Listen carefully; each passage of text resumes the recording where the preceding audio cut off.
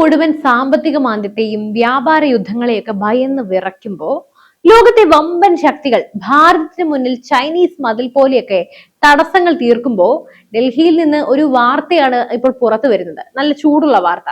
American president Donald Trump ഇന്ത്യയുടെ ഉൽപ്പന്നങ്ങൾക്ക് 50% നികുതി ചുമത്തി ഭാരതത്തെ സമ്മർദ്ദത്തിലാക്കാൻ നോക്കിയപ്പോൾ ലോകം കരുതി നമ്മുടെ ഭാരതം പതറുമെന്ന്. എന്നാൽ അവിടെയാണ് എല്ലാവർക്കും തെറ്റിയത്.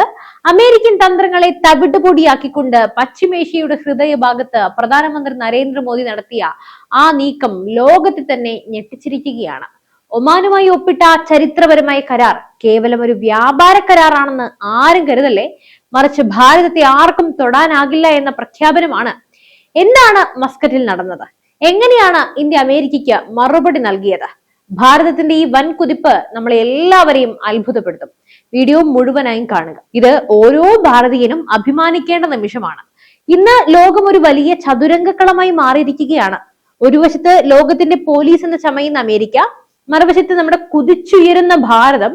ഭാരതത്തെ സാമ്പത്തികമായി കെട്ടിവരിയാനായി നമ്മുടെ അമേരിക്ക മെനഞ്ഞെടുത്ത തന്ത്രങ്ങളൊക്കെ ഒന്നൊന്നായി പാളുന്ന കാഴ്ചയാണ് ഇന്ന് ലോകം മുഴുവൻ കാണുന്നത്.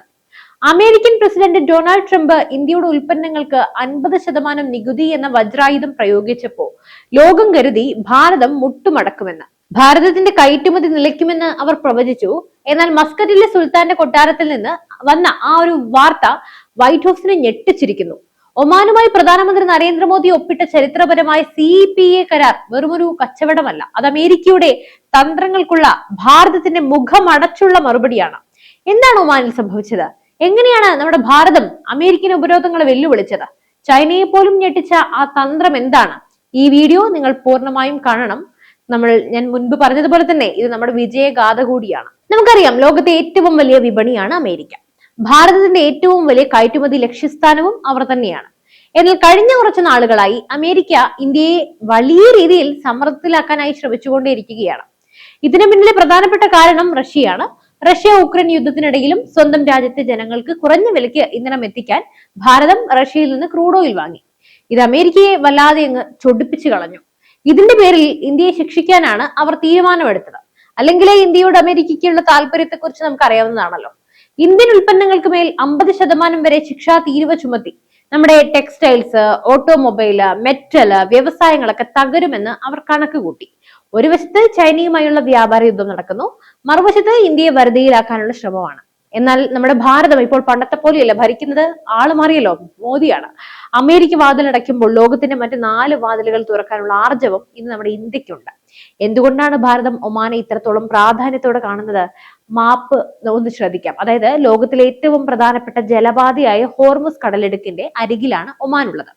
ലോകത്തിലെ എണ്ണക്കപ്പലുകളുടെ സിംഹഭാഗവും പോകുന്നത് ഈ ഒരു റൂട്ടിലൂടെയാണ്. ഈ തന്ത്രപ്രധാനമായ ഭൂമിയിൽ ഒരു ഉറച്ച പങ്കാളിയെ ലഭിക്കുക എന്നത് ഇന്ത്യയുടെ സൈനികവും സാമ്പത്തികവുമായ സുരക്ഷയ്ക്ക് അനിവാര്യമായിട്ടുള്ള കാര്യമാണ്. ഒമാനുമായി ഇത്തരമൊരു കരാർ ഒപ്പിടുന്നതിലൂടെ പശ്ചിമേഷ്യയിൽ അമേരിക്കയ്ക്കും ചൈനയ്ക്കും മുകളിൽ ഭാരതം ഒരു വലിയ മേധാവിത്വമാണ് ഉറപ്പിക്കുന്നത്. ഗൾഫ് രാജ്യങ്ങളുമായുള്ള മൊത്തത്തിലുള്ള ചർച്ചകൾ വൈകുമ്പോൾ ഓരോ രാജ്യത്തെയും നേരിട്ട് സമീപിച്ച് കരാറിലാക്കുന്ന മോദി ടച്ചാണ് ഇവിടെ വിജയിച്ചിരിക്കുന്നത്. ഈ കരാറിലെ വ്യവസ്ഥകൾ കേട്ടാൽ നിങ്ങൾ തീർച്ചയായും അത്ഭുതപ്പെടും. ഒമാനിലേക്ക് കയറ്റി അയക്കുന്ന ഇന്ത്യയുടെ 98% ഉൽപ്പന്നങ്ങൾക്ക് ഇനി മുതൽ 0% നികുതിയാണ്. ഒന്ന് ചിന്തിച്ചു നോക്കൂ. അമേരിക്കൻ വിപണിയിൽ നികുതി കൂട്ടിയപ്പോ പ്രതിസന്ധിയിലായി നമ്മുടെ ആഭരണ വ്യാപാരികൾക്ക് ഇനി ഒമാൻ വഴി വലിയൊരു വിപണിയാണ് തുറന്നു കിട്ടാൻ പോകുന്നത്. ഇനി കാർഷിക ഉൽപ്പന്നങ്ങളിലേക്ക് വരാം. നമ്മുടെ കർഷകർ ഉൽപ്പാദിപ്പിക്കുന്ന അരി, പഴങ്ങൾ, സുഗന്ധവ്യഞ്ജനങ്ങൾ എന്നിവയ്ക്കെല്ലാം ഒമാനിൽ വൻ ഡിമാൻഡ് ഉണ്ടാകും. മരുന്നുകളും അതുപോലെ തന്നെ കാറുകളും എടുത്തു നോക്കുമ്പോൾ ഇന്ത്യൻ നിർമ്മിത മരുന്നുകൾക്കും വാഹനങ്ങൾക്കൊക്കെ ഒമാനിൽ നികുതി ഇല്ലാത്ത പ്രവേശനം ലഭിക്കുന്നതോടെ അവിടെയുള്ള ചൈനീസ്, യൂറോപ്യൻ കമ്പനികളെയൊക്കെ നമുക്ക് ബഹുദൂരം പിന്നിലാക്കാം.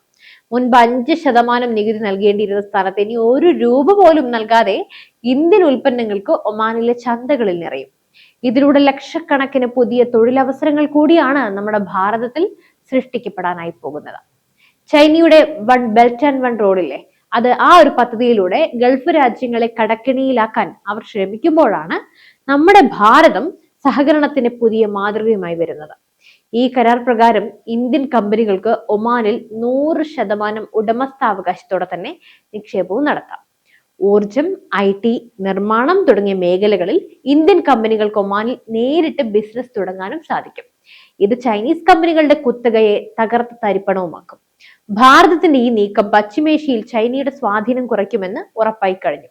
മസ്കറ്റ് മുതൽ കൊച്ചി വരെ നീളുന്ന ഈ ഒരു സാമ്പത്തിക ഇടനാഴിയാണ് ഇതിലൂടെ രൂപപ്പെടുന്നത്.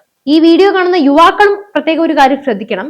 ഒമാൻ കരാർ സാധനങ്ങൾ വിൽക്കാൻ മാത്രമല്ല കേട്ടോ, നമ്മുടെ പ്രൊഫഷണലുകൾക്ക് കൂടിയുള്ളതാണ്. വിസ ഇളവുകൾ, IT പ്രൊഫഷണലുകൾ, എഞ്ചിനീയർമാർ, ഡോക്ടർമാർ എന്നിവർക്ക് ഒമാനിൽ ജോലി ചെയ്യാനുള്ള വിസ നടപടികൾ ലളിതമാക്കി കഴിഞ്ഞു. ഇനി താമസ കാലാവധി നമുക്ക് നോക്കാം. കരാർ അടിസ്ഥാനത്തിൽ ജോലിക്ക് പോകുന്നവരുടെ വിസ കാലാവധി എന്ന് പറയുന്നത് 90 ദിവസത്തിൽ നിന്നും 2 വർഷമായിട്ടാണ് വർദ്ധിപ്പിച്ചത്. പിന്നെ ഒമാനിലെ കമ്പനികളിൽ ഇന്ത്യൻ ഉദ്യോഗസ്ഥർക്കായി നീക്കിവെച്ചിരിക്കുന്ന ക്വാട്ട 20% നിന്നും 50% ഉയർത്തി. ചില്ലറ കാര്യങ്ങളൊന്നുമല്ല ഈ ചർച്ചയിലൂടെ നടന്നത് എന്ന് മനസ്സിലായി കാണുമല്ലോ. ഇതൊരു ചെറിയ കാര്യമല്ല. അറബ് ലോകത്ത് മറ്റൊരു രാജ്യത്തിനും നൽകാത്ത പരിഗണനയാണ് അവർ നമ്മുടെ ഇന്ത്യക്ക് നൽകിയിരിക്കുന്നത്, നമ്മുടെ ഭാരതത്തിന് നൽകിയിരിക്കുന്നത്. നമ്മുടെ യുവാക്കളുടെ കഴിവിനെ ലോകം അംഗീകരിക്കുന്നു എന്നതിന്റെ ഏറ്റവും വലിയ തെളിവ് കൂടിയാണിത്.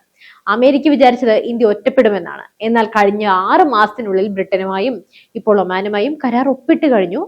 ഇന്ത്യ കാണിച്ചു കൊടുക്കുകയാണ് നമ്മുടെ പവർ എന്ന് പറയുന്നത്. നമുക്ക് മുന്നിൽ ഒരുപാട് വഴികൾ ഉണ്ടെന്ന് കാണിക്കുകയാണ്.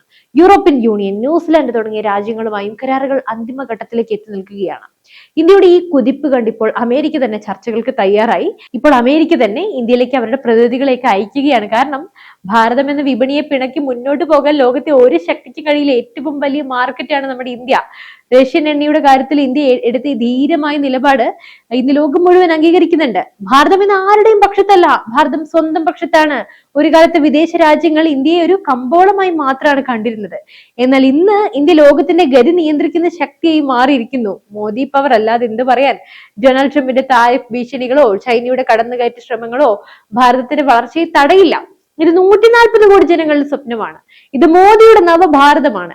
മസ്കറ്റിലെ ആ കരാർ ഒപ്പിടുമ്പോൾ ലോകത്തിന് ലഭിച്ച സന്ദേശം ഒന്നേയുള്ളൂ: ഭാരതത്തെ തൊടാൻ വന്നാൽ അവർക്ക് വലിയ വില നൽകേണ്ടി വരും. ഭാരതം ലോകത്തിന് മുന്നിൽ തലയുയർത്തി നിൽക്കുകയാണ്. ഈ ഒരു നേട്ടത്തിൽ ഓരോ ഭാരതീയനും അഭിമാനിക്കാം. ഭാരതത്തിന്റെ ഈ വിജയഗാഥയെ കുറിച്ച് അപ്പോൾ നിങ്ങൾക്ക് എന്താണ് തോന്നുന്നത്? അമേരിക്കയുടെ ഭീഷണിക്ക് ഇന്ത്യ നൽകിയ മറുപടി ശരിയാണോ? തീർച്ചയായും നിങ്ങളുടെ മറുപടികൾ, നിങ്ങളുടെ അഭിപ്രായങ്ങൾ നമ്മുടെ കമന്റ് ബോക്സിൽ രേഖപ്പെടുത്തുക. മറ്റു വിഷയമായി വീണ്ടും എത്തും വരെ നന്ദി.